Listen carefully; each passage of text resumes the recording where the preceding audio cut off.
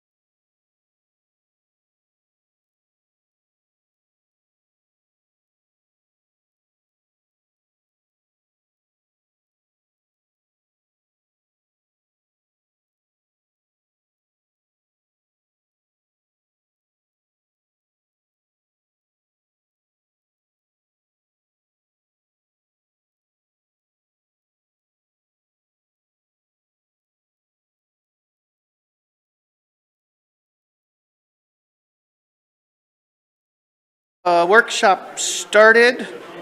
We are June 1st, 2026. City Council workshop. We've got a few items on the agenda today, and it looks like we got everybody in-house except for Seth. So we do have a full house, except for one. And without further ado, we're just going to get rocking and rolling here. So first on the workshop agenda is the first quarter work plan update, and we have Aaron here with a presentation. Great. Go ahead, Aaron. Good morning, Mayor Council. It's my privilege to be able to provide you with the first quarter update on activities and how we've been addressing your council goals. Just to briefly skim by this, you're very familiar with it. We do follow a strategic plan. We have a very comprehensive strategic plan process, which provides staff clear direction on where you would like to see us spending our resources to help develop the budget and utilize our staff time throughout the year. One of the things that makes this successful is we do have it set up in a SMART goal format, so it's very specific and measurable, and it makes it a little easier for us to monitor our success throughout the year. There are 5 goals that we have in our strategic plan, and those are followed and supported by 8 outcomes, and those outcomes are supported by 28 expected results, and ultimately we have about 88 total initiatives that help make the strategic plan work. Some of the highlights, I'm going to go through some of those 5 goals that we have, starting with public safety, really specifically talking about the expected result of Grants Pass having a nice feel across the city and throughout our neighborhoods. One of the things that's important that we have as an initiative is strengthening collaboration, coordination among community safety partners, and we do this every day. There are multiple very clear activities that show this, and I just wanted to highlight one of those. It was something that occurred at the end of March. There was an unfortunate accident that occurred, and as soon as these kind of things happen, it's all hands on deck. And this is just an excellent example of our community partners and how we're here to support each other.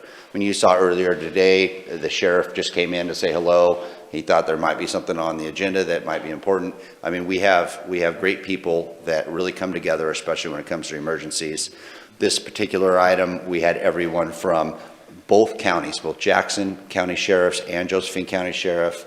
We had Oregon State Police. We had Grants Pass Fire Rescue, AMR, Josephine County District Attorneys, Rogue Area Drug Enforcement, Oregon State Police, Crime Lab, and even the United States Postal Inspection Service was all there to help create a win at the end of this tragic event.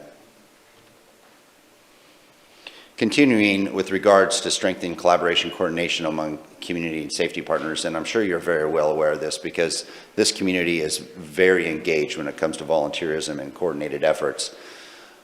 We have coordinated with Josephine County Sheriff's Office and county partners to complete the Everbridge Emergency Alert Training program. This is something that Chief Sanchez has spearheaded, and this is an extremely important thing because with the efforts that the chief has undertaken, Grants Pass Fire Rescue now has gained access and the capacity to issue emergency notifications for both city and county hazard areas. And this really closed a critical gap where we did not have the true authority and ability to send out emergency notifications, and now we do have that. So I want to thank Chief Sanchez for heading that up, working with our community partners in the state to make that happen. So we do have that access now. And in case of emergencies, you can be well informed, and your constituents will be well informed if there's any kind of notices that need to go out, and we are the ones that can push that out there. Another great thing when it comes to facilitating a comprehensive public education program under public safety is we were awarded almost $300,000 with regards to Defensible Space Grant. That's really sort of like, you've heard of the WUI, the Wildland Urban Interface. Well, this is sort of dealing with that. These funds have been provided to our Grants Pass Fire and Rescue, and we're gonna go around, we're doing door-to-door knocks. We've provided a lot of information. Last podcast, the Chief Sanchez and I talked about this program, and the phones just lit up afterwards. So people are very excited to start participating in this. This is an opportunity, actually, I can tell you all about it, but Chief Sanchez, will you just mention again as another opportunity for us to promote this program and really the benefit that this has to the community? Well, thank you, sir. This is definitely a teamwork thing, X-Team and all of us working together to get it done. I can't just take credit in my team. But OSFM, there was a previous grant that we lost due to some other issues before with the county that we were working together. And we were able to bring it back, and OSFM, the state, granted us to make it our city and open the door up. It was it had a lot of stipulations that made it almost impossible to use. So they opened it up for all of our city to use, and we're so excited about it because it's that WUI area, that borderline. We're gonna focus on the residents first, focus on that 5 to 10 feet of defensible space. We get to go out there as a team. We get to write a prescription using an app that we have through the state, and we give that prescription to them. Now, our residents do not have to pay for this, anything that we recommend. So if you have bark dust and we agree to put some gravel down, that invoices directly to us, the city. So it doesn't even have to come out of their pocket with that prescription that we give them. And they can sign up. We've already had hundreds of phone calls, hundreds of emails. We set up a separate email, firedefense@grantspassoregon.gov, which is awesome. And they sign up, first come, first serve, and we're focusing on that WUI area first, and then what's left, we'll finish and go around the entire city, which we're partnering with all of our residents in this, which is really exciting, and it's a huge win for our citizens here. Go for it. Well, it sounds like there's questions. Yes? Could you repeat that website? The email is email with it, yeah. firedefense@grantspassoregon.gov. Councilor Nicholas, you had a question? Yeah, so your priority are the areas interfacing with the woodland areas, like on the edge of the city. So my question is, in my ward, a lot of old growth and a lot of big trees, oak trees and all that. Is that a priority or something that residents can get help with for trimming back? So the way it works is, the way the grant's written is we're focusing on the 5 to 10 foot space first from your house, because that's where a majority of the homes burn when embers go up in there or right up against that. But there is a potential, I don't want a blanket statement says yes, so there is some potential to go and trim up the 6 foot depending on how high the tree is, and make sure that that barrier from the ground to 6 foot under, we can have contractors. It has to be a licensed business and can come in, we can write the prescription for that. But the WUI area, like you said, is the focus first, and then what's left over, we'll be able to work throughout the city to prevent and make us more resilient. It's sort of like medieval times. We've got a castle, and the castle is the city, and we're trying to create a moat around the castle. So that moat is that interface that we're wanting to focus on first and then come into the heart of the city. So how long is the interface open for applications on a first come, first serve? So when will people more within the city know if they're eligible or if there are funds left? Is there a timeline? So the timeline is, it's first come, first serve. We have $296,000 to spend. We have until the end of this year to spend that, December 30th. And if we need be, we can extend that, but it'll be until the funds are used up. And we're gonna use it as much as we can throughout the entire city. Thank you. Further questions, Rob? Then Victoria, Rob? Yeah, when you talk about, an example you just used was bark, near a house or whatever. Well, a lot of people have, in some cases, planted, many decades ago, a lot of shrubs right near the house as well. So when you write a prescription, is that for removal of shrubs or how does that work? One of the great things we did with the state is that so there's a list with a QR code too, when we send you that prescription that we use, which is almost like this is what we're agreeing to pay for, is exactly what it is. And we write that down there. There's a QR code that allows you to see, these are the plants that will burn less likely, right? Like the arborvitaes that you talk about in the shrubs. Some of those burn at a higher rate. They're more likely to catch on fire even when they're green. So this, what it'll allow you to do is we can even provide you a $250 gift card through this grant to replace those plants. Now, again, this is voluntary. We're not going to come up. We don't want the public to think we're going to come up and tell you to change your landscape. We're going to make those recommendations in partnership with you in order to increase the resiliency throughout the community. Okay. Things like cleaning debris from roofs, that would also be Yes. on your prescription? And cleaning the gutters or adding the 1/8 inch metal stuff over your soffits to prevent the embers from going in your house and catching it on fire during a windstorm or a firestorm. Thank you. Victoria? So are you focusing on Or is there more priority going to be given to properties that are near wooded areas that are just outside the city? Or does it matter? That's the first question. So again, what we're doing is just like, actually he made a really good analogy, like a moat, like a castle. So the surrounding area of our border, that wildland urban interface, is the main focus, first come, first serve, and then we're gonna work our way in from that. Yes, ma'am. Okay, that's what I thought. I just wanted to be clear about that. And then you said with the prescription, it could be something changing bark to gravel, and then you talked about gift certificates. Would there be like gift certificates possibly for gravel or for any materials that were needed to remedy based on the prescription? Or Yes, is we're it- gonna try and focus more on replacing some of the plants with their gift certificates, because the prescription with a contractor or licensed business, if someone's gonna replace it from the bark dust to gravel, we can just write that in and they can replace it and invoice us. Oh, I So see. to give them the enjoyment of going to pick out some other plants on the list, you know, because I know most of us like going out shopping and Ourselves. decorating our houses, so. Well, that sounds great. Thank you. All right, Thank you, continue Mayor. on, please. So under public safety, also one of the things is building upon and implementing data-driven strategies to prevent crime and address public safety concerns through predictive analytics and evidence-based practices. And one of the things we are also focused on within the organization is continued learning, especially when we have individuals that have accomplished something great as Captain Tyler Lee, who ultimately went to the FBI National Academy. Graduating from the FBI National Academy is not just an academic achievement. It really, truly is a mark of elite leadership and a gateway to a professional network and a commitment to bettering the community.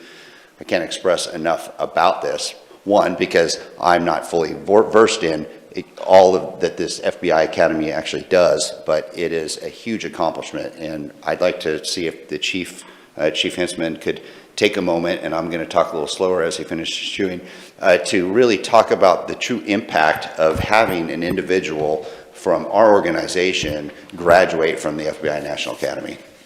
Thanks, Aaron, especially for giving me a few minutes to chew and finish my pizza.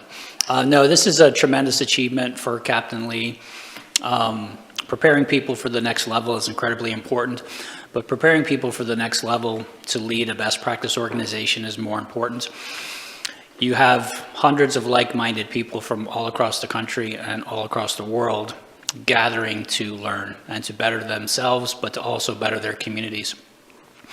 Identify trends, look at what's coming around the corner, and just being prepared to take the city to the next level for what's going to happen next. Technology is an easy example, but also too, there's communication, there's wellness, there's a wide range of education platforms that they went through over this several week process, but also too, to add to Captain Lee's accomplishment, he decided to do the certificate program, so it's kind of in between a master's and a bachelor's degree program that he received from, I think, the University of Virginia, so he also gets that. And then also to share more about Captain Lee and his commitment to education, he's also working on his master's degree, and I think he's going to finish it within the next 6 to 8 months. So not only is he working full-time and attending the FBI Academy, he's also attending college after hours to better himself, to ultimately better our community.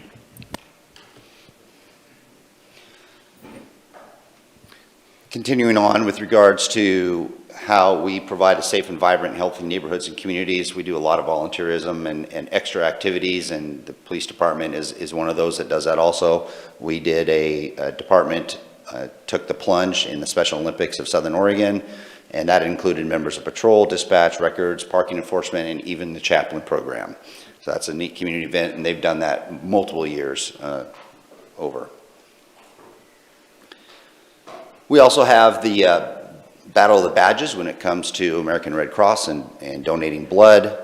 We also, from a Grants Pass Fire and Rescue, we do the Smoky Bear fire safety education in local schools. We participate in field days. We do child passenger safety education and car seat fitting, and we support a number of other organizations within the community. Moving to fiscal stability, One of the things we did is targeted performance measurements to ensure efficient and effective allocation of resources. When necessary, we keep council informed on the financial health at all times, but then when necessary, we also come to council with regards to potential policy decisions associated with our fiscal health. We did that this year where we had discussions with council with regards to new measurements when it comes to fund balance requirements and reserves, and provided that discussion in advance of the budget process to provide that policy direction for the budget committee, which ultimately created a very smooth budget process this year and provided us with great direction in developing the budget. Under economic growth, we have a few items I'd like to highlight. Increase the marketability of our industrial lands. There's a few key things here. We did establish an industrial lands group as a rapid response team for industrial lands and future business recruitment, where we have a number of people within the community that discuss our industrial lands and how to better market those. We were part of a big group of people, everywhere from the state on down to local, the chamber. Everyone was really involved with trying to create an opportunity for us to receive and secure $2 million in funding to help with our industrial lands and our wastewater deficiencies that we have there, and that was a very successful campaign. We also utilize Oregon Prospector to market industrial properties in Grants Pass, so we're on at least the radar of people who are looking at moving to Oregon, companies that are looking at moving to Oregon, and industrial lands available. We also worked with So Ready and other property owners regarding 2 inquiries for enterprise zone questions and 3 inquiries for operating zone benefits. Continuing with economic growth, one of the things is, some of our goals is to expect more results from a standpoint of more activities, events and recreational activities. Well, this year we had an extremely successful Art Along the Road. You may recall that we had some transition internally during the planning process, and we had a number of staff members that stepped up in order to create an opportunity for us to have a very successful Art Along the Road this year, and we've already met a number of times to have another successful Art Along the Road in 2026. Under the initiative, provide increased opportunities for residents and visitors of Grants Pass to experience programs and activities that foster improved physical, mental, and social well-being, something that you've heard a lot about already. There's been a lot of success, and that is the Dollar Mountain Bike and Ped Trails. What a great opportunity, and I'm sure most of you have been up there already and been able to utilize that. I saw some of you at the grand opening, which was exciting. The park superintendent, Josh Hopkins was also attended the Oregon Governor's Conference this year and provided a TED Talk. It was about 5 minutes in length, and it's online if you want to take a look at it. He represented the city just incredibly, and I'd recommend you taking a look at that video if you wanted to. I just want to do a shout out to Josh Hopkins for that. He really painted a good picture on how recreational opportunities like our trail system can help, not only from a quality of life and livability standpoint, but also increase economic vitality of a community. Continuing under economic growth, support year-round arts and cultural events. We have a staff-administered the Spring 2026 cycle, a tourism promotion grant program, and council awarded 6 organizations funding to promote further events and activities that will attract tourism. So we've gotten some monies out there to help increase those activities. Under housing and homelessness, under the initiative, work collaboratively across sectors to improve safety in individuals and families experiencing homelessness. Work with Elk Island and Mint to provide a shelter and wraparound services. This is an item that we've had a lot of discussion with. I want to give a shout out to our attorney, Stephanie Nuttall, who has really helped with this process. And Elk Island has been very focused on getting something open, and we'll have some more information for you at our Wednesday evening. We'll be able to provide you some additional information on what that looks like and how that's going to be open in that transition. So we're looking forward to giving you a little update on Wednesday night on this. Under infrastructure, develop contingency plans for system failures and natural disasters, including backup systems and mutual aid agreements. So this is something that we're all concerned with. I know the X team has talked about it often throughout the year, and Chief Sanchez, it's on his mind often also as the one that's sort of got some responsibility for this. One of the things he did through his partnerships within the community, he reached out and we developed a memorandum of understanding with River Valley downtown, which is going to provide city access to their new facility for a point of distribution for emergencies. This is a big deal, because if we do have something that goes really wrong, we need an emergency operations center, we need a point of distribution center, and we need those things in order for us to make sure that we provide quality services in the event of a disaster. And having a point of distribution identified that will likely be standing still after a major event is important. And that was, I want to thank Chief Sanchez and the community partners in River Valley in order to have that partnership so we can have that in place in case something like that happens. Increased wayfinding signage, we've been doing that. We're going to try to do some more when it comes to some of our restrooms and parks also. But here are some examples of maps and signs that were installed at the Dollar Mountain Kiosk and Trail Features. And then another thing I wanted to highlight for this first quarter was expand our tree canopy. We are a Tree City USA. One of the things I think that makes Grants Pass beautiful is it is green. It's not like a lot of other urbanized areas that has a lot of concrete. We truly do live in a green Tree City USA. We had a community partner, our community forestry, who did receive a grant, and we are able to plant 150 trees in city right-of-ways, and that'll be coordinating the efforts throughout those plantings for that. But that is, again, another opportunity for us to keep our community green. And the final slide is under infrastructure, promote volunteerism, sponsorship, community stewardship, programs for parks and streetscape. We had Rogue Valley Mountain Bike Association volunteered and provided funding for a contractor to route a new Dollar Mountain route, and they're going to do some hand building on this section, and they're professionals, they know what they're doing, and it's an exciting addition to our trail system. Worked with a donor for purchasing 2 benches to be installed on Dollar Mountain, and the benches have been ordered, and we received donations from the Grants Pass Garden Club for City Arbor Day celebration event. So those are just some examples in the first quarter of the community and how they're participating in helping us build great infrastructure.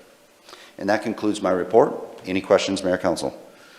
Thank you, Aaron. Any questions to council in regards to all the information that was been presented? I know you guys had questions for Chief Sanchez, so Indra.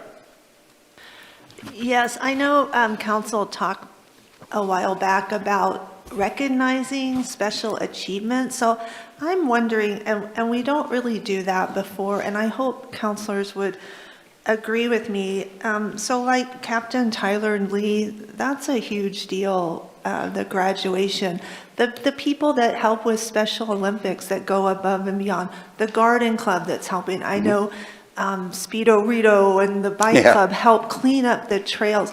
I would really like to see, maybe at the start of our meetings, recognition of the people, the volunteers, and besides our staff we see every day, which do great things, but the people behind them that are doing great things. And I'm just wondering if we could make a point, and Mayor too, to recognize people at our meetings.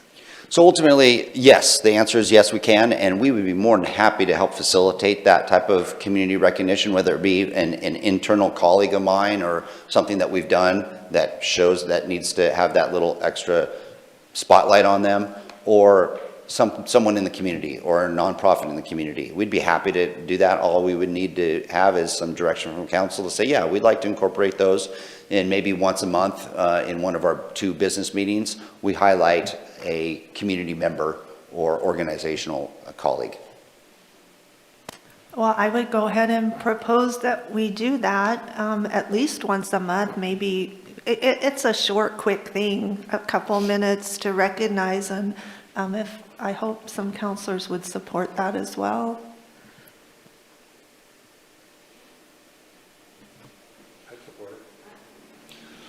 Well, it sounds like I'm seeing a lot of head shaking. I'm looking at the mayor, and I think what the mayor and I will do. I'm writing. And is we will we'll start incorporating some of this in likely, if I don't want to speak for the mayor, but likely I think the process would be because it is more of an informal thing, and the mayor helps set the agenda, is working with the mayor. I'll provide some suggestions, and we'll work with the mayor to identify where on the agenda those things might fit. Yeah, I agree with you, Aaron, and that's why I was writing down here. Basically was thinking more of like local recognition that we could have as part of a monthly process. That's kind of what you're looking for? Yeah, I think that's great. And we'll work on that on next agenda setting meeting. Certainly, Okay. that's exciting. All right. Thank you, Counselor. Victoria? So it was really good to hear some of these really great things. So I just want to say thank you, first of all. And I know that you probably do, but are these blurbs put out on all the city social media and website? That would be a good thing for the public to see too there, so people could be aware. And then there you could put the announcement that these people were going to be honored at this time. So anyway, to put it out on social media is what I was thinking would be great too. I know sometimes I've seen them, so I know that there are some, but special focus on some of these great things would be good. That's a great suggestion, Counselor. And we do already push some of this information, and in the weekly reports or the manager's monthly report or other press things. But if we were to actually have something where once a month or twice a month we're going to be doing something, then we can have a special something category that highlights those throughout the year. Any further questions? Kathleen? Do you have certain roadways where you're going to be planting these 150 trees? I think Bradley Clark would be the best one to answer that one. Yes, Counselor, we do have, I think there's several hundred potential spots that have already been identified, and we'll be working closely with the contractor that was just awarded the RFP to sort of identify those as they come down with the trees. But there are, some of them are existing tree wells that, had a tree in them historically and haven't for a while. Others are new areas that have never had trees. But they are all throughout the city. We do have some mapping that kind of shows where those could go and would survive well. And are those major roadways mostly? It's a combination. Some of them are in residential neighborhoods. Yeah, so there are several along some of our arterials and collectors too. You bet. All right. Seeing no further questions, I appreciate that. And Thank you, Mayor. Just to clarify that was an informational update only, and so there's no action required. We'll go on to our next council workshop item is non-bargaining cost of living adjustment. And we have Aaron's will keep ownership of the podium. Great, And I'll just stay here and move forward. So the next item is the non-bargaining employee salary adjustment recommendation. In the interest of full transparency, I want to disclose that I would also be included in any cost of living adjustment approved by council. While I stand to benefit in the same manner as all non-bargaining staff, my recommendation today is based solely on organizational need, market competitiveness, and the city's adopted compensation practices. I am presenting this information in my official capacity and in accordance with government ethics standards, ensuring that the analysis, methodology, and recommendations are objective and in the best interest of the city.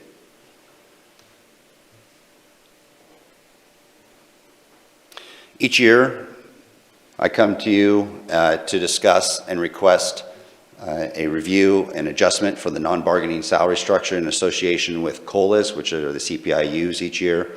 These are things that are given to the bargaining units each year, and to try to make non-bargaining whole and keep up, we also ask this of the non-bargaining group. And this would be a council action. And for 2025, the CPIU this year was 2.71%. So there are 33 non-bargaining positions that are listed here, and this is the individuals that we're talking about. So we're talking about 53 individuals that are not represented in a collective bargaining agreement. So what we have right now from a standpoint of what we've either approved or what we will be approving, just to give you a snapshot of maybe a 3-year process, either behind what we've done or what we're looking at doing. Non-bargaining, the past 3 years, non-bargaining did receive a 4.3 and a 3.02. The International Fires Association of Firefighters received in '24 2.5 to 15% with an annual of 6.98% increase. In '25, they received a 4%. Battalion chiefs received an additional 1.25%. And then 1/1/26, another 4%. Teamsters collective bargaining agreement for the past 3 years has been 4, 4, and 3.2. Grants Pass Police Association recently had an agreement, and it's a newer agreement. So in '25, they received 6.5. In 7/1/25 mid-year, they received another 1.5. And the start of this year, they received a 3%. And through '27, they're also scheduled to receive another 3% at the first of the calendar year of '27. Grants Pass Employee Association was a 4, 4, and 3% in the past 3 years. To give you an update on upcoming negotiations from a bargaining unit perspective, we have the International Association of Firefighters. Their contract expiration is 12/31/2026. We anticipate receiving notice anytime from them of their intent to bargain. And so we'll be looking at bargaining for them, and this will be coming to you once we receive those once we get some parameters from them. Teamsters is up 12/31/25, and we're currently in negotiations with Teamsters. We're also in negotiations with Grants Pass Employee Association, as Grants Pass Employee Association did fold into Teamsters this year. So now we no longer have Grants Pass Employee Association. They are part of the Teamsters negotiations. And then the Grants Pass Police Association, as I showed you on the previous slide, has their collective bargaining agreement go through the end of calendar year '27. Recognizing that there's always movement in the collective bargaining agreements when it comes to cost of living adjustments, this is why I'm in front of you today. Like I mentioned, it's an annual thing. I come to you before the end of the fiscal year as we try to provide COLAs to the non-bargaining at the beginning of each fiscal year. It's easy for us to take a look at and budget for when we know we'd be starting at the beginning of the fiscal year. We're asking for an implementation of a CPIU of 2.71 for the non-bargaining for COLA. What this is this is an increase in the budget. The 2.71% equals a $225,150 increase for all 53 positions. Of the $225,000, it would be $99,337, which is coming from the general fund. The rest would be coming from the enterprise funds that we have. So the total increase for this request is $225,000, with $99,000 coming from the general fund.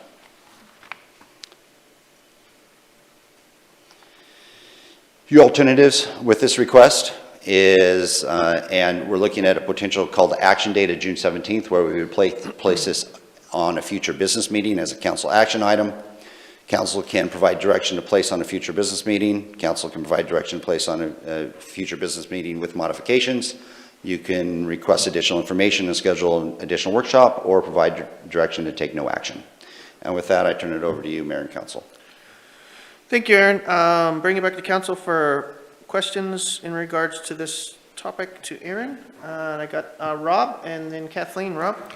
Yeah, thanks. 2 questions, Aaron. So when you say the general fund portion of the recommendation is $99,000, the rest is enterprise funds. So some of the enterprise funds, it would seem as though are we'll say logically or common sense related to a particular department's activity. We'll just say Public Works, it would seem like that's related to a couple different enterprise funds. Mm-hmm. Like, I'm not sure how enterprise funds would be applied to, we'll say, police or fire, or could you explain that? Well, this is just a breakdown, because I know council in the past, and the reason why I broke down the total cost of both enterprise funds right. and general fund of all of the non-bargaining group, which is the 53, cost $225,000. Of that, there are a number of non-bargaining that are just general fund funded. Say, for instance, if you've got anyone in police and fire or parks, community development. Those are all general fund in nature. Wanted to show you what the cost to general fund is because council has been cognizant of that and wanting that additional information, so that's why that splits there. I understand that part. So can you explain specifically, like, what enterprise funds are being used for this and what, Sure. which groups they're Sure. being used, they're paying for? I get it. So the enterprise funds you're talking about are superintendents, our department director, like Jason Kennedy, our assistant public works director, our superintendents and supervisors in water, wastewater, streets, transportation, stormwater. Okay, so that made sense to me. Yeah. So that basically, it just, I guess what, I just don't understand if this, because you just named out 5 positions, but yet that's, the enterprise funds are paying more than half of this raise. So I'm just wondering, there must be a lot of other positions being paid by the enterprise. Yeah, funds. if we sit down and we take a look at this and we go through, let me get the marker out and we'll break this down. So we've got location description. If you take a look at that and the location description here, you've got an idea of where it's coming from. So you have finance, HR, of course, HR would be in IT, police, fire, finance, planning, economic development, building. Building would be like a separate, public works administration would be like enterprise, parks is general fund, water distribution is enterprise, parks would be general fund, facility maintenance is probably a mix. Water treatment is enterprise fund. Finance would be a potential, accountant would be sort of a mix. HR would be sort of a mix. Planning, general fund. So excuse me, so how would say HR be a mix? What enterprise fund has anything to do with HR? Because I think, HR's not a mix? They're not an enterprise fund, so I think there's just a miscommunication as far as vocabulary words. So it's general fund, and then all the other funds, so there's special revenue funds, which is going to be building and streets. And then we're gonna have your enterprise funds, that's going to be water, wastewater, and stormwater. And then you're gonna have your internal service funds, which are going to include administration, which includes HR, finance, management, and legal. And then you're going to add to the other internal service funds, IT, support services, which support services includes CD management, public works management, garage. I'm going to miss one here, but it's basically the entirety of the rest of the city's operations included in that $225,000. Okay, so I guess what you're saying is that if you've got other, whether it's finance or anyone else that has, I guess, any administrative, for lack of a better word, skim off of these different funds, then it could be attributed to an enterprise fund. In other words, because it's not clear why, we'll say, finance would be associated with an enterprise fund specifically. Yeah, let me just correct it. It's not just enterprise funds. So enterprise funds are only considered the 3, water, wastewater, and stormwater. Right. And so I think, again, we're just misusing the word. It's all of the funds throughout the rest of the city that are included in this. And so anybody who is not in a bargaining unit, technically, and so there's a lot that are in administrative type roles like HR, IT, finance, legal, and management. Okay, thank you. And one other question I had, Aaron, was getting back to slide 5. I know that in the last year or so, sometimes council's been presented with what the COLA looks like for non-bargaining compared to the COLA of different bargaining groups, and how it's lagged behind and so forth. And I'm just, I'd like to know how an actual cost of living adjustment for, say, the firefighters could be as high as 15%. I can understand how they might get a raise or whatever, but why would that be called cost of living at 15%? Or why would, at any given moment, even though I know if you add up the 2 halves of the year, it averages out to 4%, but at any given moment, like why would why would the police association be getting 6.5% or firefighters 15% and that be called a COLA, which then later is going to potentially be compared to the COLAs that non-bargaining has gotten but lag behind on? So could you explain how 15% would be attributable to a quote-unquote cost of living adjustment? Well, as it says there, that was also associated with salary schedule adjustments. That was incorporated into not only a COLA that year, but also salary schedule adjustments. And the average increase was with including the COLA/salary schedule adjustments to try to make those positions that were lagging behind. Yeah, I fully understand that. That's what I would have thought. But by the same token, that should not be in the COLA column. That could then later be compared to the COLAs that non-bargaining is getting that's lagging behind on it. Of course, it's going to lag behind because nobody in non-bargaining is getting 50% on COLA. So I'm objecting to 15% being put in the COLA column if it's not actually the COLA. It's not accurate representation, right? Okay, then you could take, if you object to that, then that's fine, you could object to that, but that was a collective bargaining agreement, and the agreement stated that there was going to be a COLA/salary adjustment in that year, and the range was a little bit different based on the positions. But the COLAs were, in essence, that's what it was for, besides that one category, really. The rest of them were sort of classified as COLAs. I guess That COLA does represent some people getting a larger increase to help with a salary schedule adjustment. That's why that note is there. I'm trying to state that. You are correct, that doesn't include just a COLA, because a COLA is just what was either bargained for in the collective bargaining agreement for that year for a COLA. And for the initiation, the first year of IFF's contract, it was negotiated that there were some changes that needed to occur to the salary schedule that was above and beyond just providing a COLA. So that contract had that stipulation in it. So it wasn't just a COLA they received. That's obvious. It wasn't just a COLA. And Why would you guys put it in the COLA column then? It's stated there on the screen. But it's still also stated that it is in the COLA column, which will then be averaged in when we're looking at how the COLAs compare to different groups, including non-bargaining. But it's not a COLA, and yet it's in that column. So it would really be nice if you could actually make that more clear and accurate moving forward, because it wasn't a COLA. Well, at this point, this slide does not try to state or do an accumulative of all of the ones over the past 3 or 5 years. I'm just trying to paint a picture of what was provided to those. If you'd like more information, or if you'd like to I don't have need us- more information. I just need the information that you're presenting to council and the public to be accurate. It's under the COLA column at 15%, and you're just saying right now it wasn't the COLA. It was in addition to. So don't put it in the COLA column, is all I'm saying. It makes perfect sense, right? If it's not COLA, don't put it in the column with, right?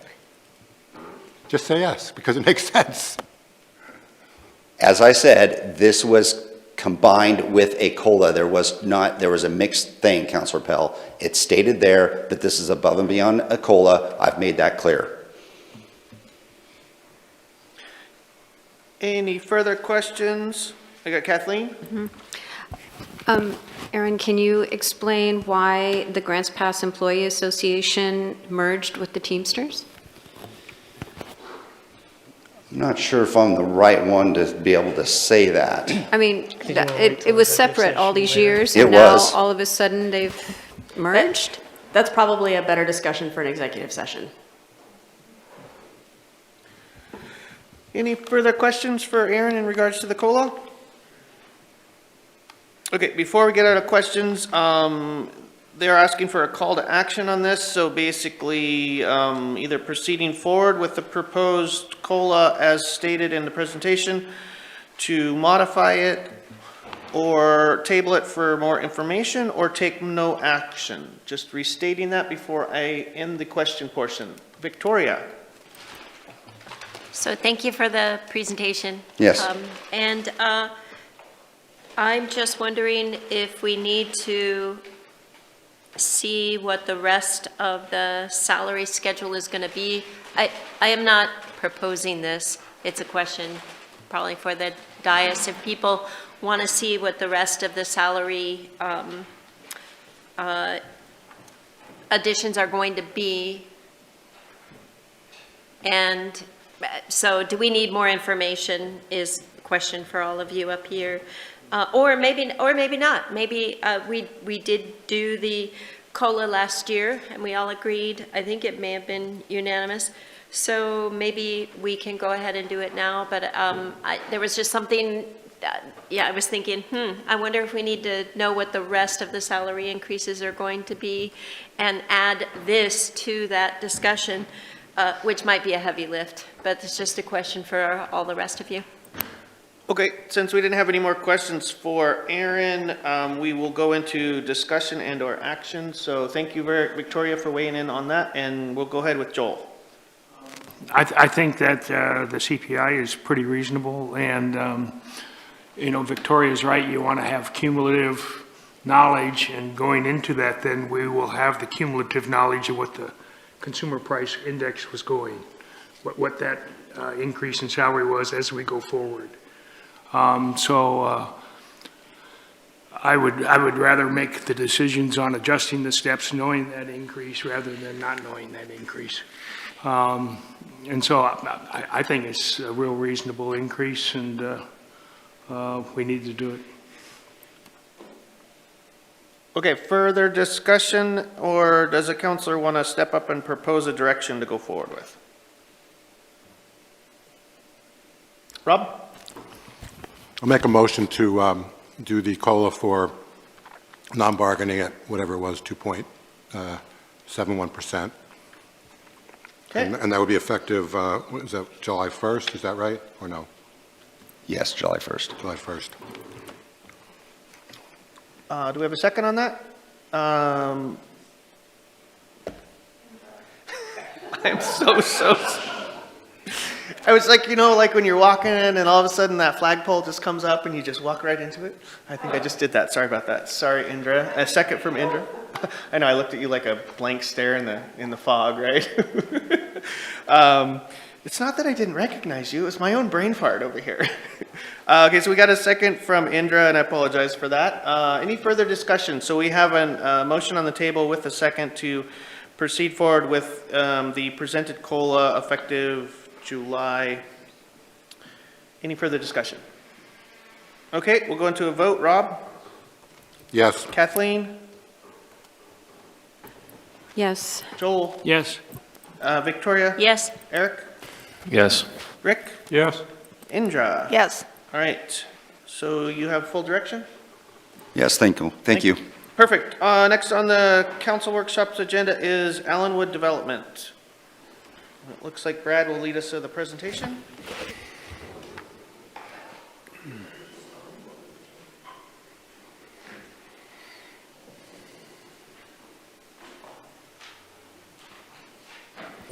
Thank you, Mayor, members of the council.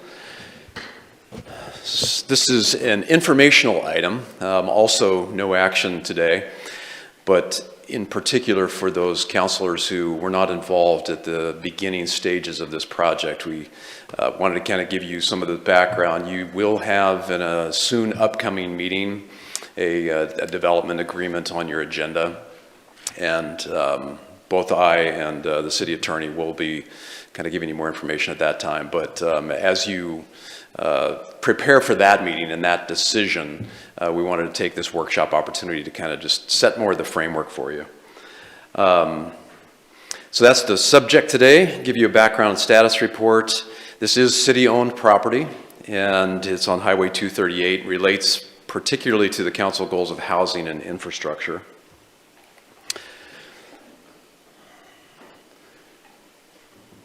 So the property we're talking about, called out in the word subject here, right down near the very south tip of where the urban growth boundary is on Highway 238. This is on the west side, fairly close to where 238 begins to turn. This is on the straightaway before it curves where the golf course is at. So that's the general location we're talking about. Here's a parcel map. The green parcels outlined, there's 3 of them. The red is the city limits, so you can see it's fairly close to the city limits today. It is annexed has been annexed for quite some time. The blue is the urban growth boundary, so this is actually abuts up to our urban growth boundary line. Everything on the west side of the creek is outside the City of Grants Pass urban growth boundary.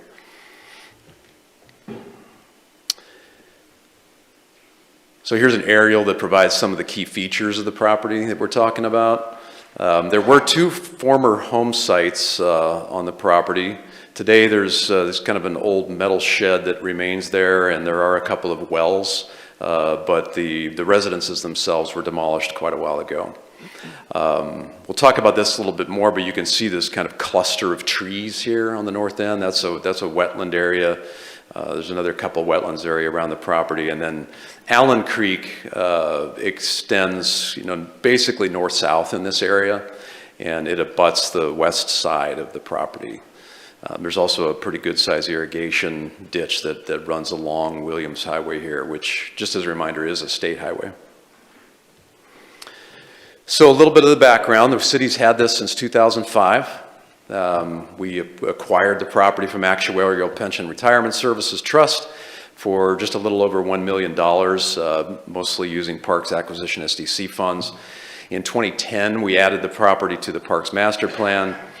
2019, we've talked about this before, this PAVE effort that was a combination of city staff and several different citizens looked at over 40 properties that the city had around the urban growth boundary.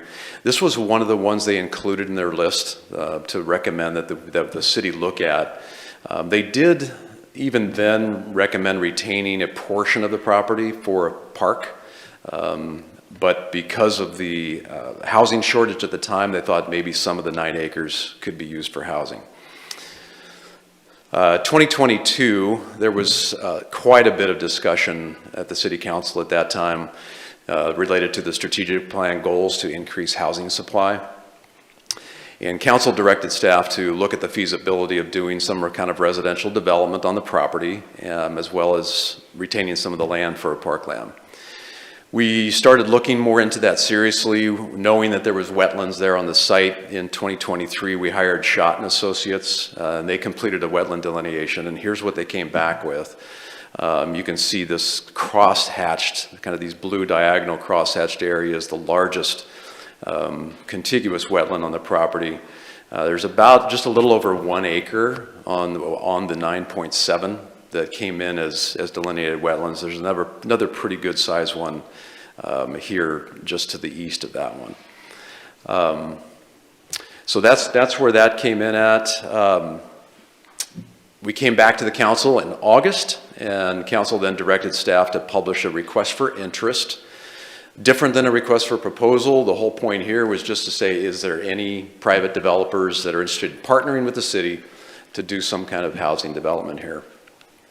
Council did look at different ways to approach that. At the end of the day, the RFI said we wanted to have a mixed income project. That was one of the fundamentals. There was several others that wanted the road to continue on north-south. Arroyo Drive currently stubs up from a little bit south of this site.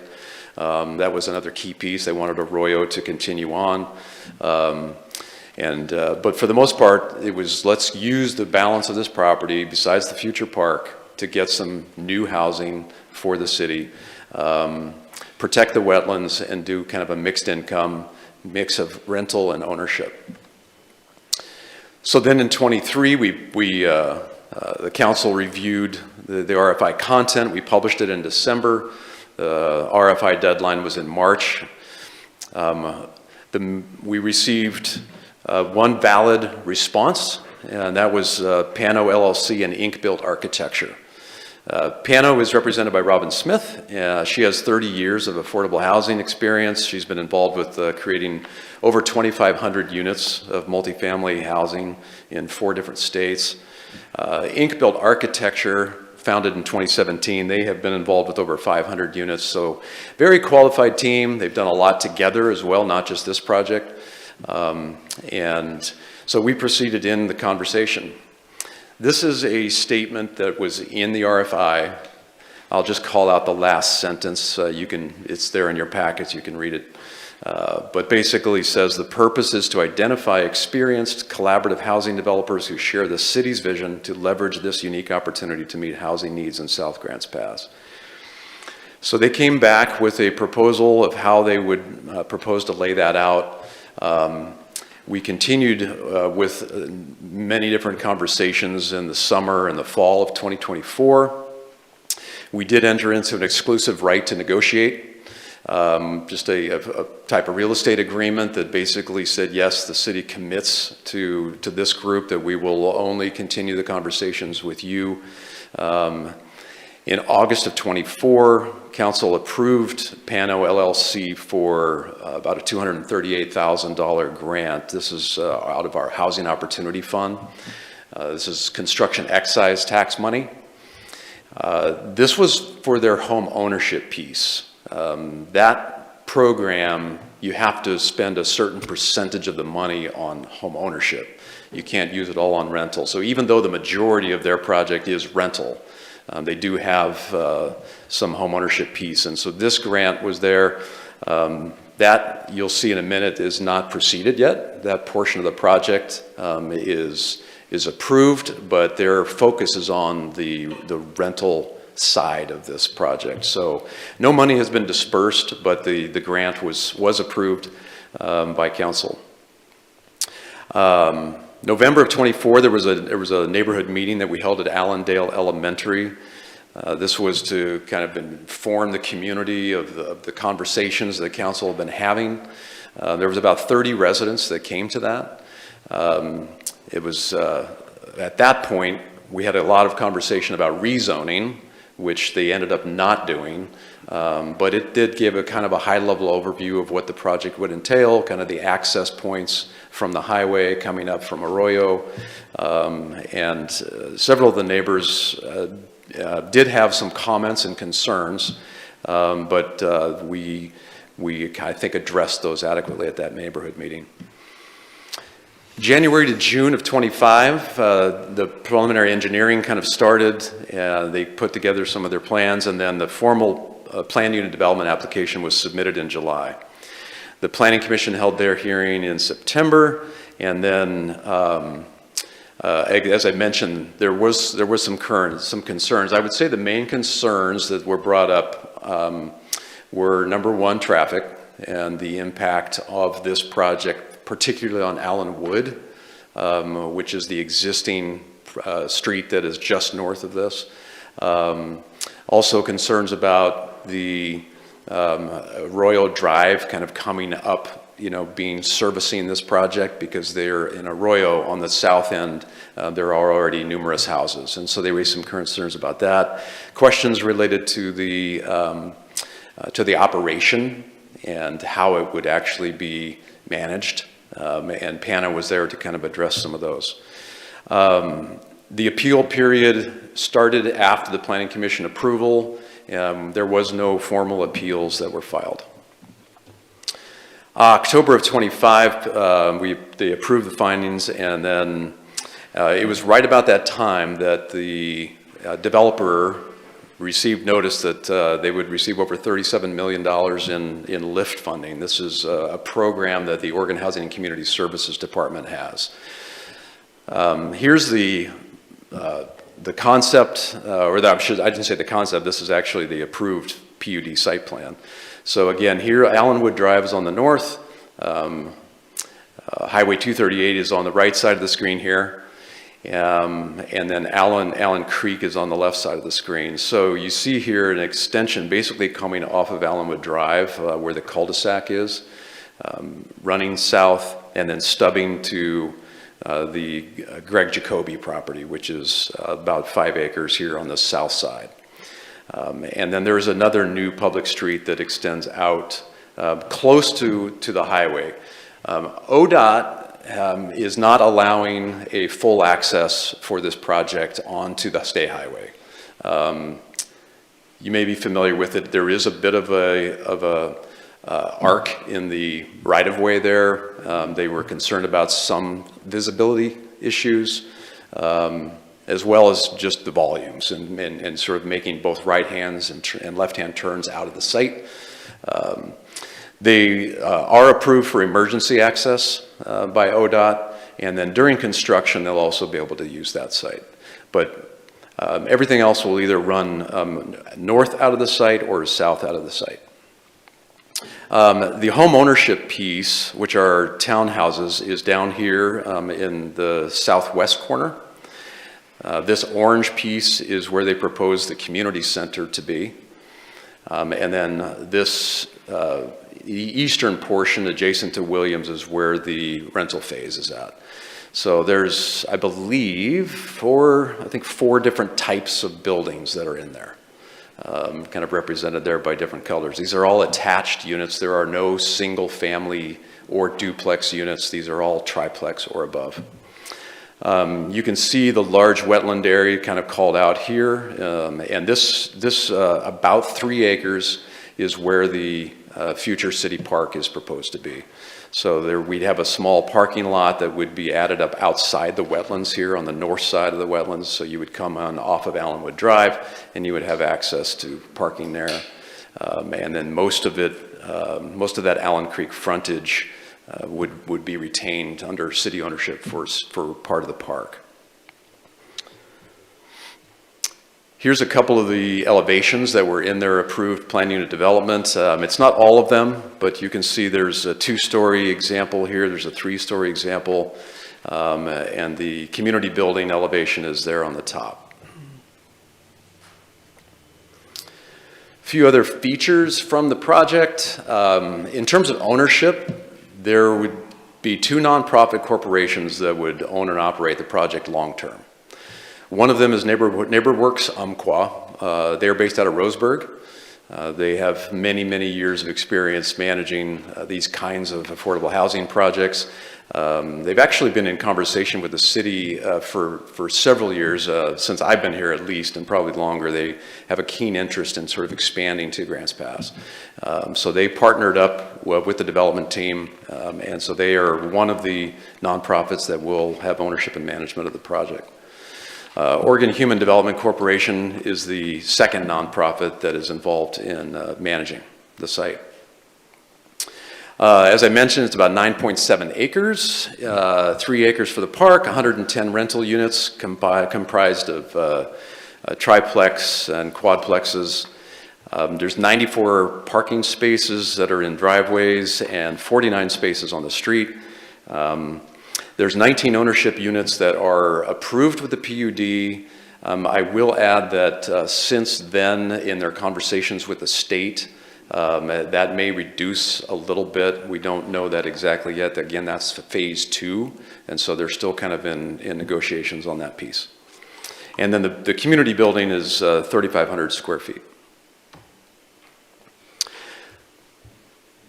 So one other important piece, and this is really, in my experience, unusual but pretty exciting, that as a public-private partnership, where you have some of the infrastructure for the project actually being constructed by the city. In most of the cases, the developers take these on, but we were pretty clear from the beginning the city would not use any of its own funds to build out the infrastructure. But Robin, being the keen developer that she is, identified pretty early on a grant that was opened up by Business Oregon. And there were no private parties that can apply for this money. Business Oregon set up this pot of money, and it's just for tribes and cities and counties and special units of government. So they couldn't apply for it. So they said, well, would you be willing to apply since this is an affordable housing project? We said, well, we will apply. So we did that. The Business Oregon Infrastructure Finance Authority Board, which is kind of a regulatory group within Business Oregon who reviews these grants and kind of oversees this money, came back and said that we were approved. It's a $1.9 million grant for transportation infrastructure. They got 31 applications for this pool, and we actually came through as number 2 out of 31. So we were one of 9 awards, and we were as I mentioned, number 2. So that money was approved. That basically kicked off the ability for the engineer to kind of go into more detail about the infrastructure and how that would do. So Ryan Cross Engineering out of Klamath Falls is who is preparing those drawings. He's also the engineer for the developer.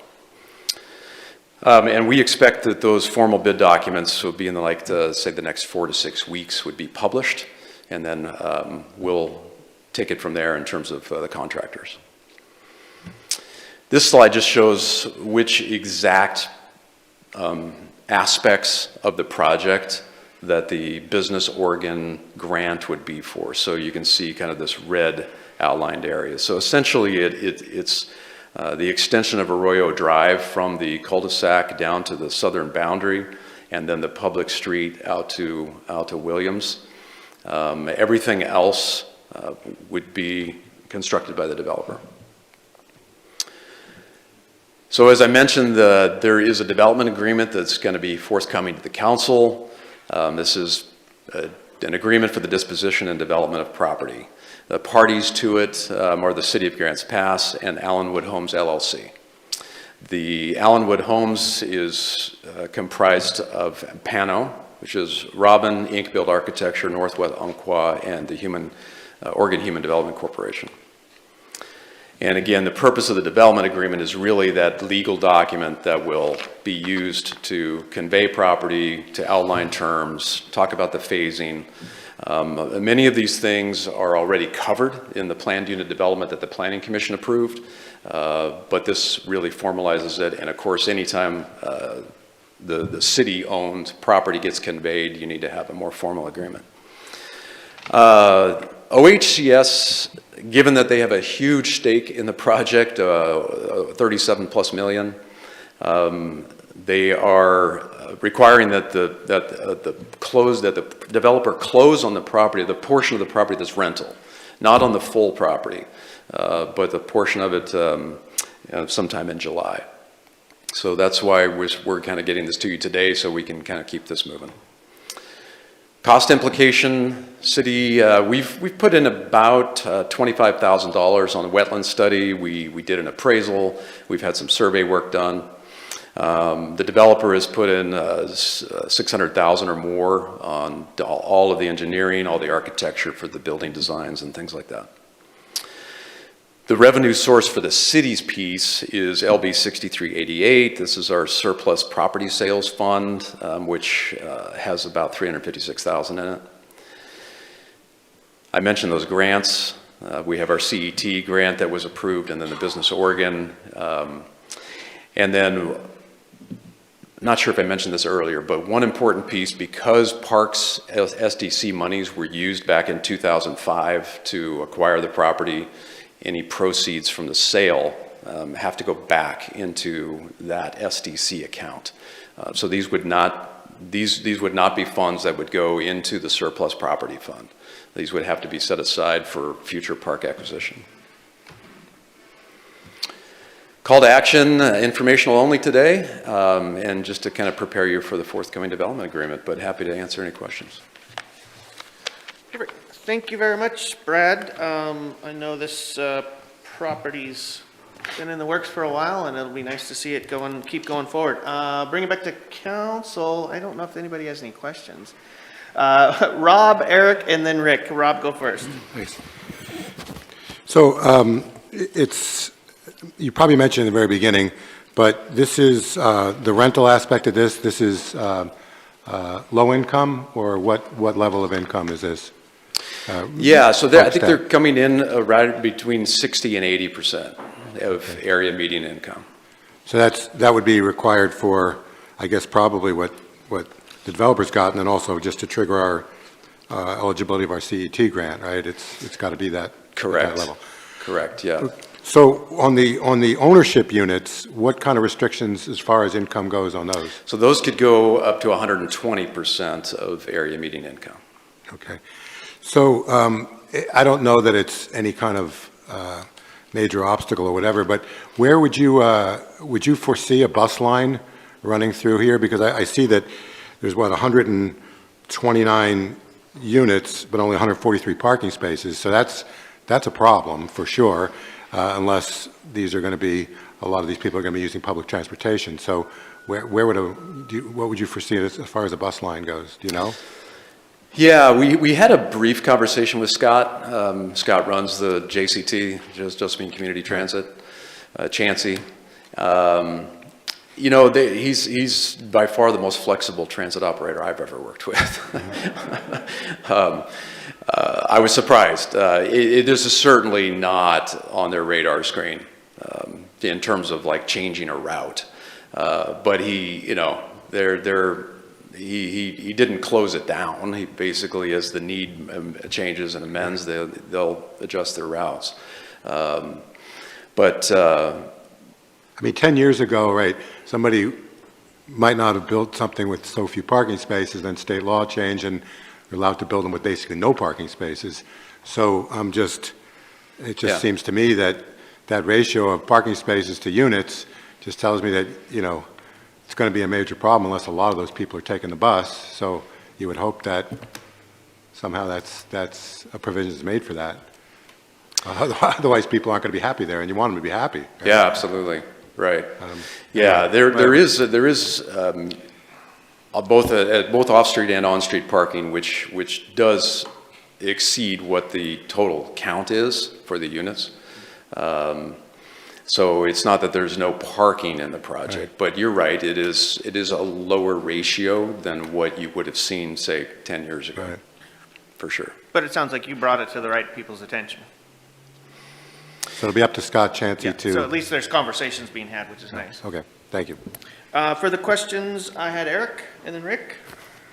Thank you for the presentation. I think Rob touched on a little bit of what I was going to talk about, but I've got an additional couple of questions regarding the highway. It goes from double lane to single lane going up where it is up there. So was there a study or anything like that that said, that brought up the question, does it need to be brought to a double lane highway because of the extra amount of people that are going to be living up there? Is there anything in the works for that? So they did do a traffic impact analysis as part of their entitlement process. I would have to look on that specific question about the widening. I know that the question about speed limits was raised because it's 45 miles an hour in this area. That's something that ODOT, as you get into urban growth boundaries, I think they express a little bit more willingness to look at.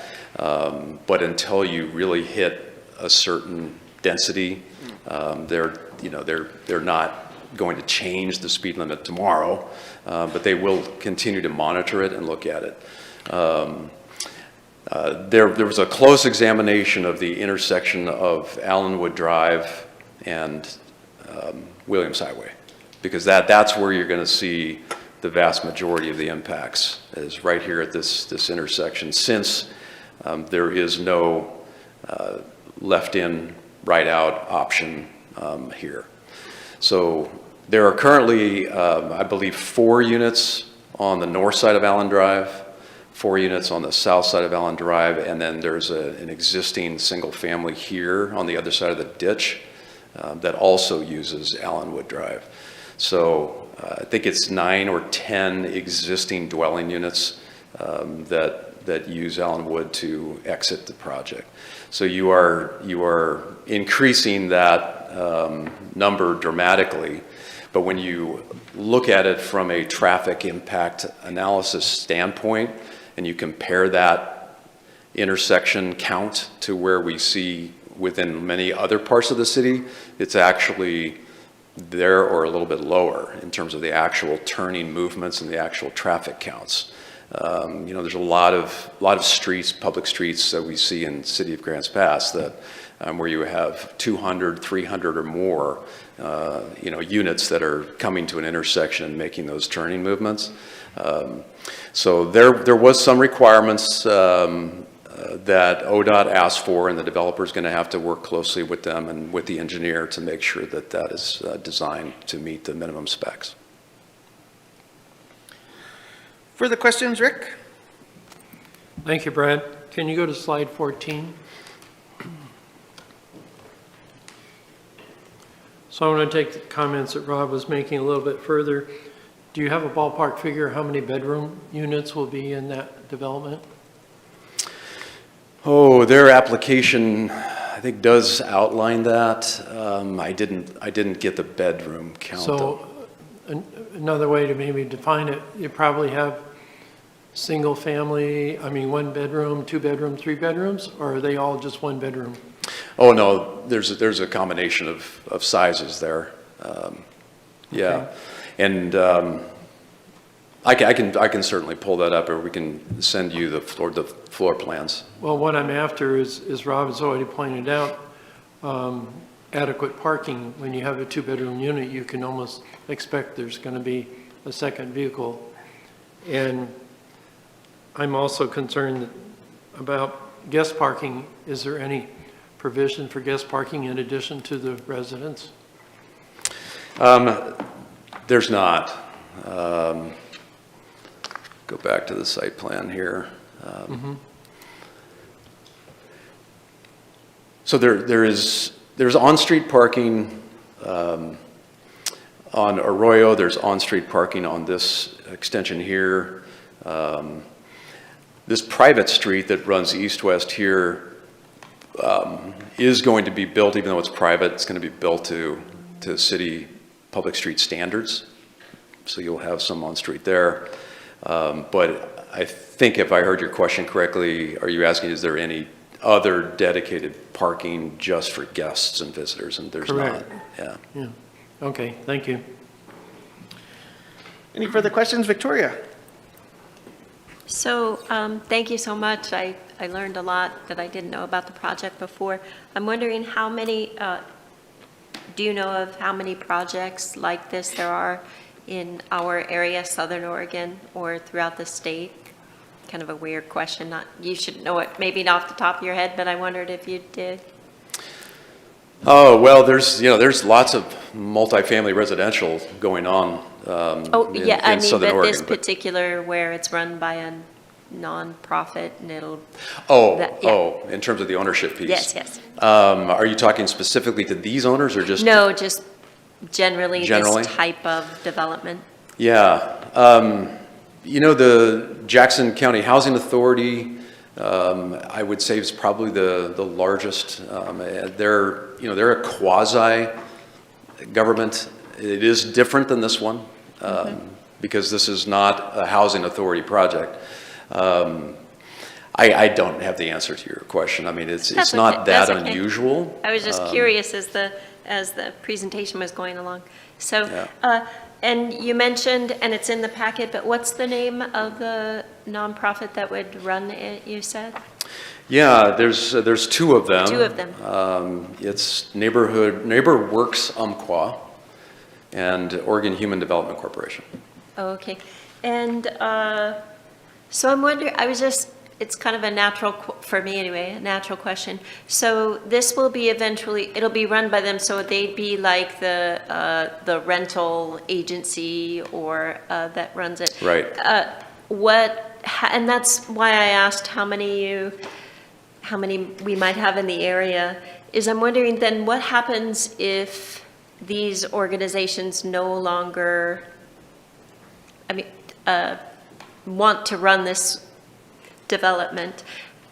Is there an example of how it would transfer? Could it transfer to private? Would it transfer to another nonprofit? And so that's kind of another question that you didn't probably come prepared to answer, but if you can give me a little bit of an idea, that would be great.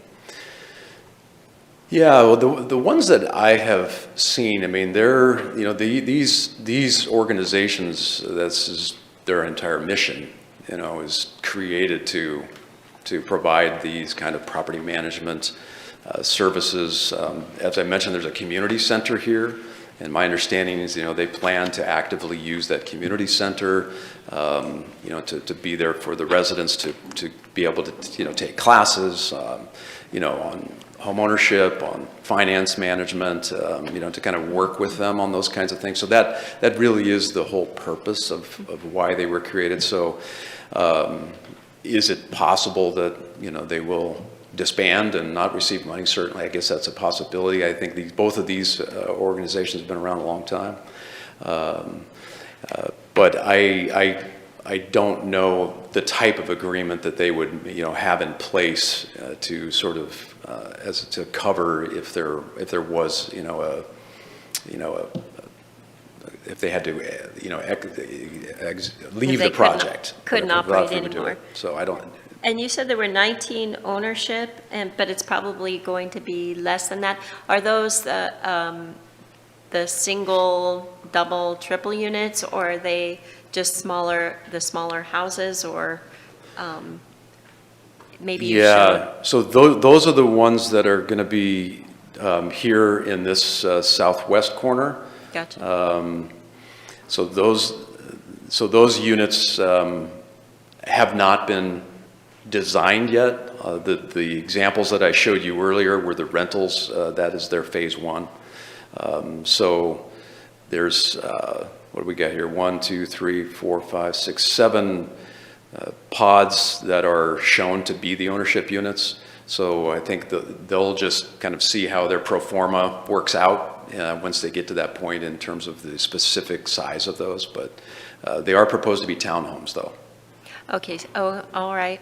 So I'm just, how would it work within a whole unit where some of them are owned, and then selling them? Would they like go back to the nonprofit or just sell to another private, just like any other sale? Would that be how, or would the nonprofit have first right to buy back, or? I'm just wondering how that works. Sure. Thanks Yeah, for the and information. you have just topped me out on my knowledge of how It's they're going okay, to it's operate. I'll weigh in on that this. then. So basically, when you deal with low-income housing, there's usually a deed restriction on it, so even if it's a for-sale home. Per the state of Oregon in regards to their grant funding, there's a deed restriction that's put on it, and so basically that would carry through. So it does not go back to the original nonprofit in the beginning. So if it is a sale from a salesperson to a salesperson, there is usually a deed restriction that follows that piece of property for the allotted time period that is written in that grant money that was established to or procured to fund the building of that house. Oh, perfect. Thank you. And I will, Counselor, ask Robin to address that. And my apologies that I didn't get her here today, but No, that was great. You we gave can- me a lot of great information. Thank you. Yeah. Further questions? I got Rob, Kathleen, and then Indra, and then Rick. So Rob? So to expand possibly on the deed restriction concept that Clint was just mentioning, typically, right, because it's low-income housing, so typically there's, for the rental units, there's basically, the people are incentivized not to be upwardly mobile, because if they get too much income, they typically can't stay in these a low-income place. What about on the ownership units? Can somebody who owns one of these units get a better job in 2 years and go above the 120%? Or how does that work? And in addition, to go back to what Clint was saying, if these units go way up in value, can somebody then essentially double their money? And who can buy that? Does the deed restriction then also say that the next guy that buys it also has to be no more than 120%? So I guess my number one question is the ownership units. Can these people never go above 100? Because I know in the rental units you can't go above, right, or you get tossed. Right. On the ownership units, what happens if somebody gets a better job and they're now above 120% of income? What happens to their units? Yeah, and of the projects I've seen, the critical piece on that is whether there's a community land trust involved or not.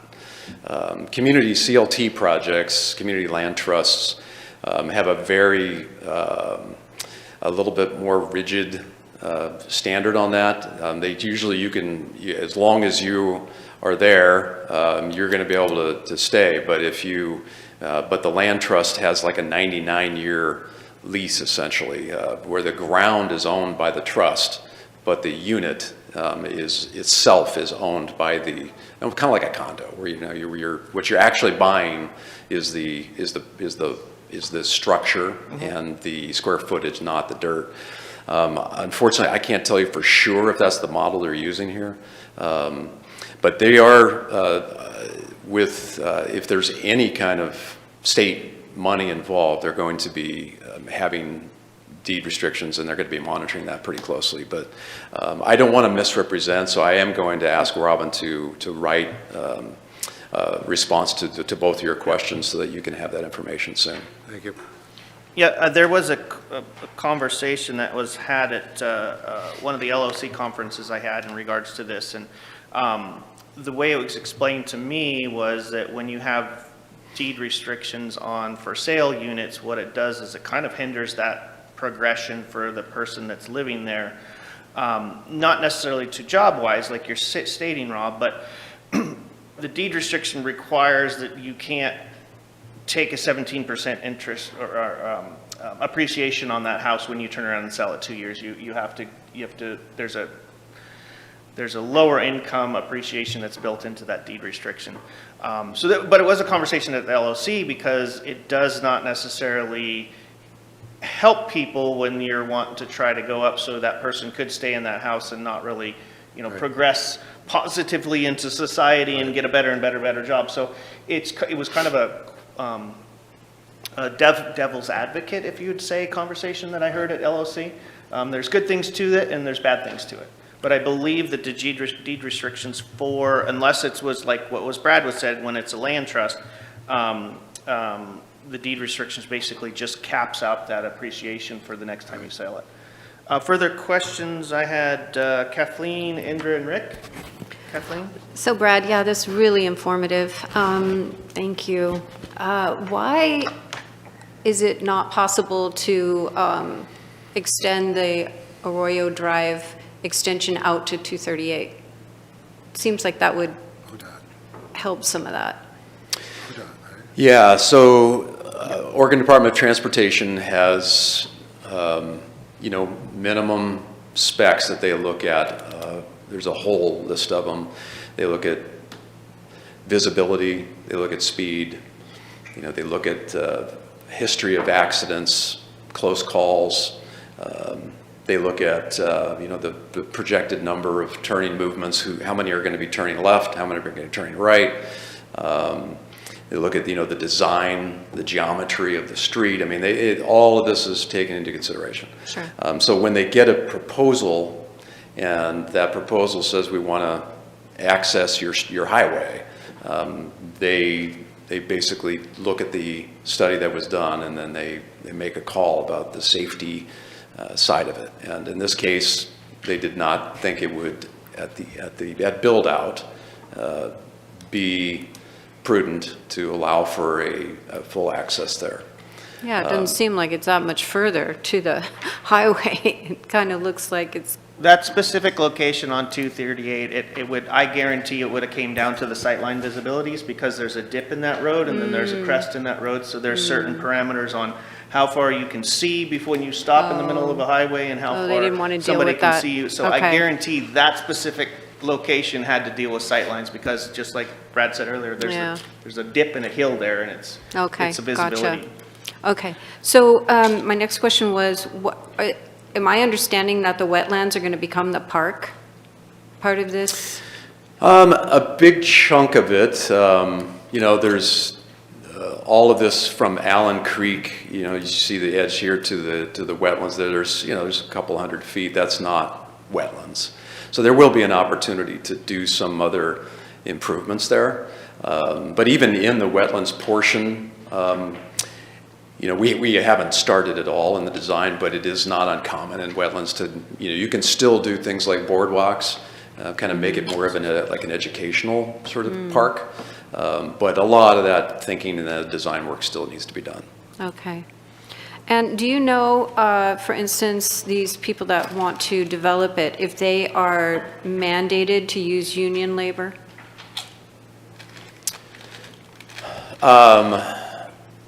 I do not know for sure on the prevailing wage question where that comes in at. I would think so because there's lift funds. Yeah, state money. Yeah. Okay, thank you. Further questions? I got Indra and then Rick. Indra? Yes, thank you, Brad. The Pano, Robin Smith, is that out of Roseburg as well, or are they local? No, they're up in the Portland metro area. Oh, okay. Are there, and some of these you might have to just write down questions because you might not know them, but are there some units they've done nearby that I could go look at? Do you know of any developments in Roseburg or Medford that they've built? Or Klamath Falls? I don't think that are any that close. They've done a lot in Oregon. I think their most recent project was actually up in the Northeast in La Grande. But we can get you a list. That would be great. Yep. And then I also had questions regarding the nonprofit that's going to manage it. Do they receive funds for placing people in that? Like, as part of their nonprofit business, actually receiving grants from the state to actually find housing for people? Do you know that? Most of what Northwest Umpqua NeighborWorks does is both build and then manage affordable housing. Not so much of that transition piece that comes before that, like from moving from homelessness into housing. So I think their primary focus is on the more permanent housing, not transitional. Was that your question? If you can find that out for sure, Sure. both of them, I would like to know that too. You bet. Is there an HOA of any kind? Well, typically HOAs are not needed or used with rental projects because they're single ownership, and they're property management company that oversees the day-to-day management maintenance, which is the case on the 110 units on the right-hand side of the screen. On the townhouse piece where there's ownership, it's a possibility, but I don't know if they've made that decision yet. Okay, I just wondered because the community center usually involves an HOA, so there possibly could be for the home ownership side. There could be. But again, that even the community center is part of what the two nonprofits will be owning and managing. So that's going to be a service that is there to provide for all the residents. Okay, and then is there any, I know that all of these kids living there would go to Allen Creek Elementary. Is there ever any coordination with the schools? Oh, absolutely, yeah. We met with Tim Sweeney. We don't usually go and meet, but in this case, because of the size and because it is a larger project for South Grants Pass, we wanted to go meet. So we did meet with the superintendent as well as their finance person. They do not anticipate that Allendale would exceed, but it is close. It's getting to that capacity. If it is, they did not express any concerns about being able to service it. Sometimes they move kids around, or they bring in modulars, or there's other ways that they can address it. There's a ratio that they look at, for number of elementary kids per unit, number of junior high kids per unit, number of high schoolers per unit. It's obviously you don't know for sure until all of them are filled, and at that point there would have to be some conversations. We did also talk about bus service. Right now, the school bus stops very close to the intersection of Allenwood and 238. It pulls off onto the shoulder, and so that's currently where any kids that are here in the Allenwood Drive, they walk down and then they get onto the bus there at that corner. They said that would not likely continue. They with a school bus, I think Councilor Pell's question earlier in terms of public transit, we don't know. But in this case, for the school system, they did say that they would be willing to come into the project. Okay, thank you for correcting me, Allendale Elementary. And then, so no major concerns there, it sounds like. Correct. Okay, and then last, you mentioned 60 to 80% for income. What is that monetarily per year? Oh, every year HUD puts out a new chart, and they do on 1-person, 2-person, 3-person, 4-person households. I think the 4-person household this year for median, I believe, is around 56,000. So that's the household. So you basically take, that's the 100%. So 80%, 40% you take, and that's for 4. So if you have, a 2-person household, it's going to be lower. Okay, thank you. All right, further questions? I got Rick and then Eric. So Brad, looking at the slide 12 that you have posted there, the north-south road is Arroyo Drive, is that correct? Correct. Okay, is that a 50 or 60-foot right-of-way? I think it's 50. Okay, so as things go forward and you're trying to encourage walking and using alternative transportation, multimodal path is one way to address that. Is there any inclusion of a multimodal path on the west side of Arroyo? I'd have to look at what Ryan Cross has drawn up. I don't know if Jason, if you've seen it. I think it's probably just our standard, isn't it? Which is a detached, our standard drawing is a detached sidewalk, so it's not attached to the curb. So that's the minimum requirement. But if I heard you right, you're saying, is it wider than our standard Correct. sidewalk? Yeah, I don't. And how wide is the landscape strip in there? It's 5 or 6 feet? I think our standard is 5. 5. Yeah. So is there the opportunity to shrink the landscape strip down and move the trees over into the wetland and put a multimodal path in there? Well, there might be. Engineers can do a lot, but. Okay, and last comment, and I don't know if, I think as the city moves forward, and I'm seeing in Portland where parking is no longer a requirement, but it becomes a major issue. If angled parking, like 60-degree parking, were included on that west side, you could almost double the parking on street parking. And I guess I would like to see that encouraged. I realize their design is on the drawing board at this time, so if that's something that they could consider, I think that would be a real advantage. I realize we cannot legally require it, but we could, or do we have the opportunity to encourage that? Mm-hmm. Okay. Is that correct? Well, yeah, again, that's all. You're talking about backing. You would have to back out onto the street. True. Yeah, that What you do on other streets. Okay, thank you. Yeah. Lastly, Eric, questions? On slide 9 there, we were talking about the RFI and all that. Were there any other competitors that put their hat in the ring, or did that already get discussed?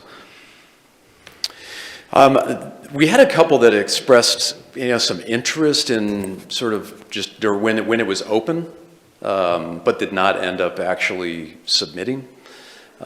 So we did not have any other formal response. So it was just one? Yeah. The one that we currently have? Correct. Okay, thank you. All right, thank you very much, Brad. You bet. I know we drilled you pretty good, so thank you. All right, that concludes our agenda items for today's workshop, and we'll go into the last portion. We do have a executive session planned for later on here.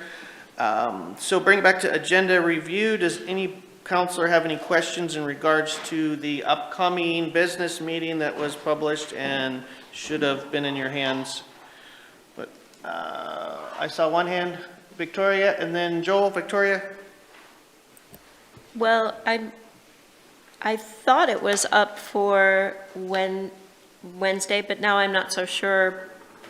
But I'm going to bring it up anyway. So in our further discussions on the OWL parking lot, I wanted to make sure that we went back and reviewed I don't think it's finalized, but I wanted to make a point of saying that we need to look back at that, at the vote that was taken and the discussion that was taken. And I thought it was on Wednesday, but I don't see it. Maybe it's just written in a way that I don't recognize it.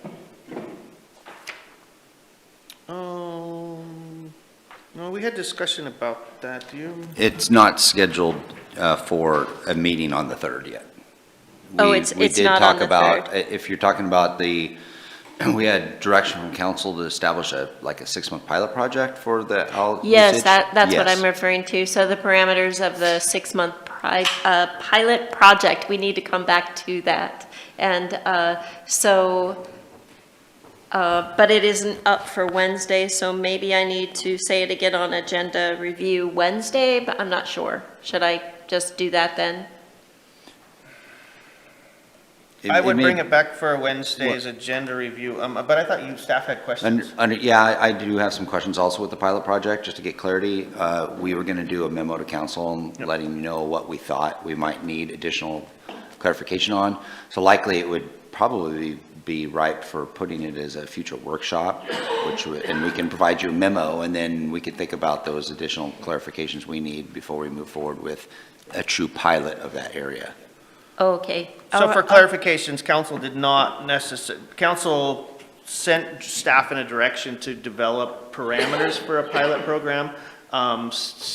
With my conversations with staff, they had some questions to further clarify that. So we can bring it up, if you want to bring it back up in Wednesday's meeting, that's great, but what we were thinking of is staff presenting council with a memo in regards to what they have so far with their additional questions, and then we can discuss it further at a future workshop. After the memo? Okay, thank you. Okay, anybody else in regards to Wednesday night's meeting? Joel? So I was looking at the Urban Renewal Agency budget, and we had that motion during our budget meeting where it looked like policy was changed on urban renewal budget without council involvement in terms of where the money was going to go. And so moving on that motion that was made, is that going to be discussed during that topic? So as we sort of touched on during the council and community budget committee meeting, the budget committee made a recommendation to provide 18% into the wastewater fund. Keep the policy as it was approved by council. That's correct. It was also stated that what we'll do moving forward is that frees up about $220,000. Correct. And so that will be determined after this action is taken, and that's freed up. We will come back to council at a future meeting for you to provide direction on what you would like to do with those funds. So can we need to schedule that then? So Yeah, that ultimately needs to be scheduled, so it'd be good to under, put on the back of the calendar yeah, or something like that. So under agenda review, we need to put that on the back and schedule it. I had a second item. And it also requires a policy change. And that, it was my understanding, and I might be wrong, about 50% of the time, the tourism tax, I understood there was some change in the tourism tax that would allow us to give public safety a bigger percentage of the tourism dollars. And that would require a change in policy that would have to be discussed by council. And so I would request that on the agenda. I don't have a position on it now, but I think we need to address that. Yeah, we put that discussion of TLT allocations on future workshop, which would be July 13th. July where? 13th? Ah, okay, good. Thank you. Yeah, we did listen to you last time. Hey, well, you always listen. I don't. Yeah, no, it's, you are correct. The council sought a desire to have further conversations about the allocations or reallocations of that. And so we did put that in a workshop because that's kind of where we need to start that. Okay, thank you. Anybody else in regards to Wednesday night? Indra? Okay, first, make sure that we get through Wednesday night. Everybody good with Wednesday night? No questions, changes. Okay. Agenda review completely. Indra? Yes, so I see that we have the municipal court on the June 15th and exclusion zones, which seems easier to do, and we talked about before, way back on August 3rd. Is there a reason that's put way back there? And can we talk about that as part of the municipal court discussion, or this at the same workshop, perhaps? Seems like an easier thing to maybe do that would be more helpful at this time. I think from a standpoint of the exclusion zones, that of course is a standalone topic. Whether you have a municipal court or not, it is a standalone topic. Now, a municipal court may provide more justification or more tools for an exclusion zone. You potentially could have those under the same meeting, but the exclusion zone discussion, I think, is going to be lengthy in nature also, and the municipal court already is lengthy in nature. Plus, on the 15th, we do have a time slot that has been agreed upon with Logic compensation for the discussion with Logic. So it can be together if you'd like to have it together. However, putting that item also on the agenda may create an extremely long meeting. It doesn't matter to me whether it's together or not, but it seems like the exclusion zone could be something we can start pretty soon. And with the unmanaged camps closing, I feel like that would be very helpful perhaps through the summer to get that going. Whereas the municipal court, while I'm pro-municipal court, depending on what we hear, that's a long process, and that's going to be way out. And so I would prefer to have the discussion on exclusion zones as soon as possible. Okay, I'll take that in consideration, and I'll get with staff, and we'll see if what a best course of action would be. Can I just say something to that? Sure. Kathleen? So we're going to be talking about ordinance amendments, use of public space at the meeting on Wednesday. Does that have something to do with exclusionary? I mean, it's not exactly exclusionary, but it's... No, It if you read, helps. it does help. If you read the staff report, it's kind of an interim mechanism. Exclusion zones would be more part of the overhaul that I referenced in the staff report on that. We'd be looking at developing new ordinances as opposed to just making some modifications to existing ordinances. Any further questions in regards to the future agenda? Joel? So a citizen brought up to me, and I talked to Jason about it, and he says, well, that probably needs to come before council. The maintenance of right-of-way and alleys, remember that conversation we had, Jason? And also the water sewer from the curbside to the main pipe. From that citizen's perspective, she thought there had been a change in policy without council involvement on who was responsible for maintaining those public right-of-ways and alleys, and also for when your sewer pipe collapses, that part that goes from the curb to the main pipe. The lateral. Yeah, the lateral. And so I would like to have that put on the back to discuss that, and if in fact that there was a policy change without council, and again, I don't have any particular position on the pros or cons of that, and that we would examine that and see what we want to do. Okay, anybody else? Victoria? Yeah, I'd like to know what the update is for the survey for the Hillcrest Beacon Park. Okay. I'm sorry, the survey, I missed that. Is that what your question? Yes, Yeah. yeah, just an update about where Yeah, that so is. the subcommittee put together the questions, and they have finished those, and so we're just looking at those, and then we'll forward them to council probably tomorrow or the next day. Okay, thank you. Yep. Eric?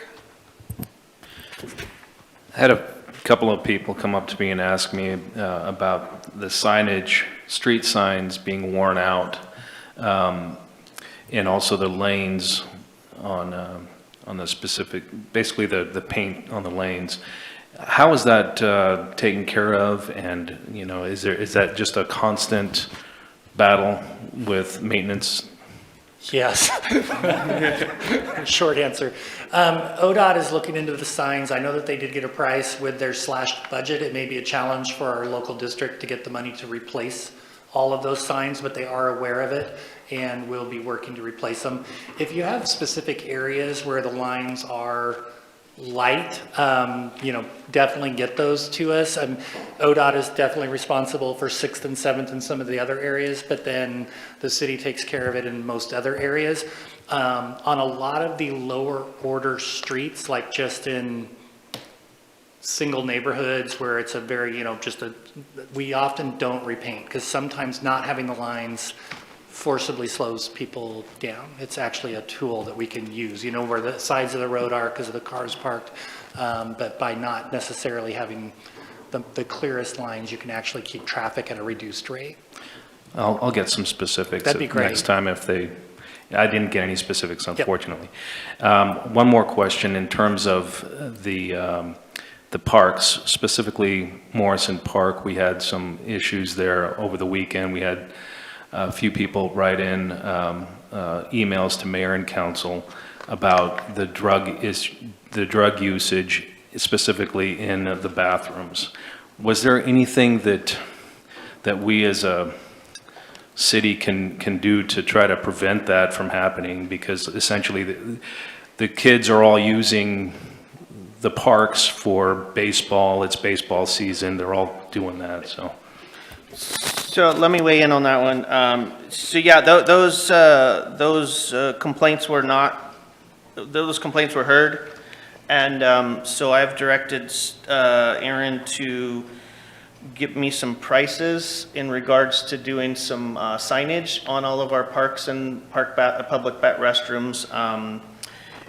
If you go into other places, sometimes you see ordinances that are put up on the wall just to reiterate and stuff. So we're going to go back through that. We've had this conversation way about over a year ago about putting extra signage in the park. So we're going to get a dollar figure and then bring that to council for them to weigh over and see if that's a viable option to do some extra signage in those parks.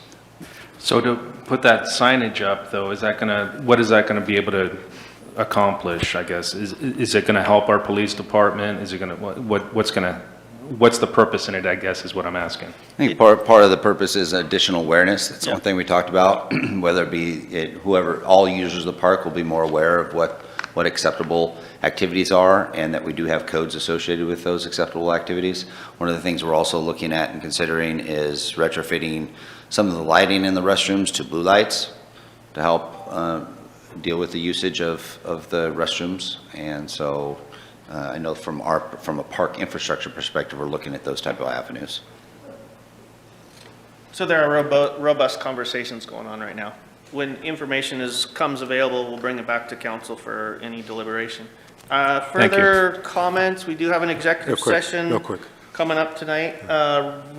This afternoon, Rob, and then Kathleen, and then Victoria. So, Jason, I know in the past you've always responded to any emails I've sent you about what Eric was talking about with regards to striping and trees and so forth.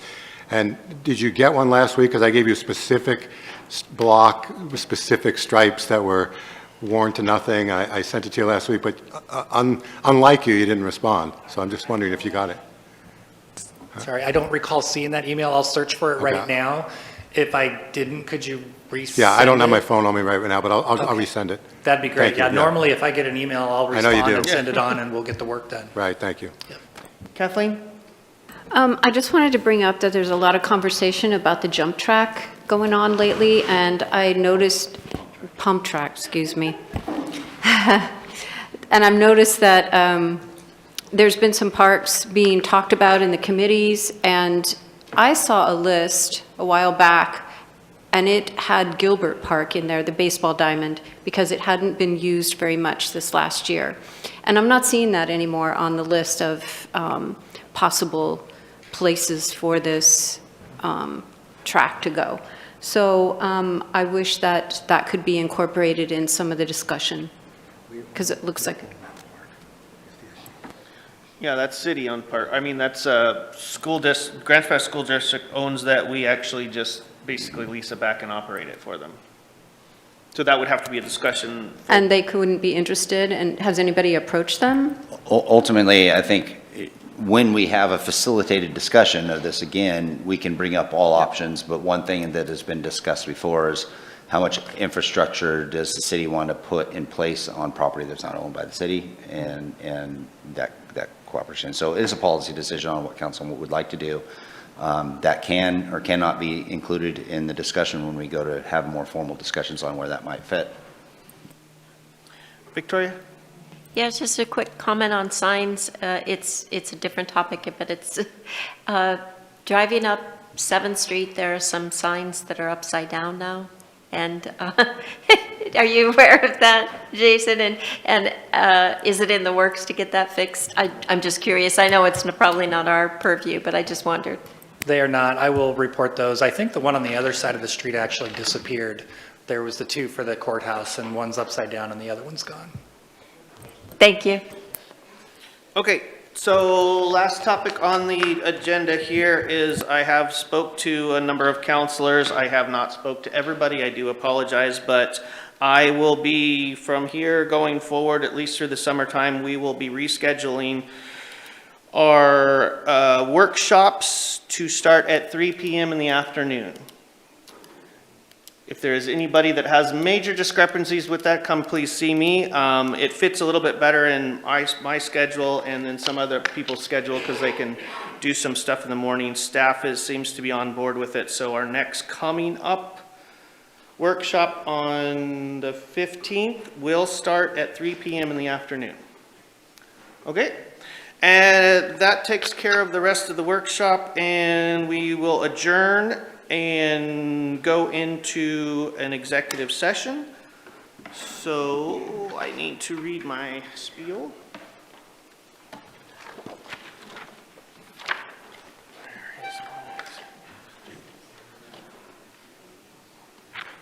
Okay, where'd it go? There we go. Okay, council will now meet in executive session for the purpose of discussing those subjects previously noticed for this executive session. This executive session is held pursuant ORS 192.660 and more specifically under the subsections of that statute which have been publicly noticed for this meeting. Representatives of the news media and designated staff shall be allowed to attend the executive session.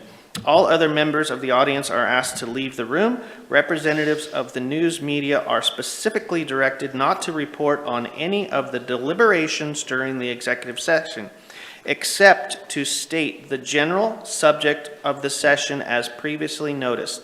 No discussion may be made in, no decision may be made in executive session. At the end of executive session, we will end that executive session and be done for today. Stephanie?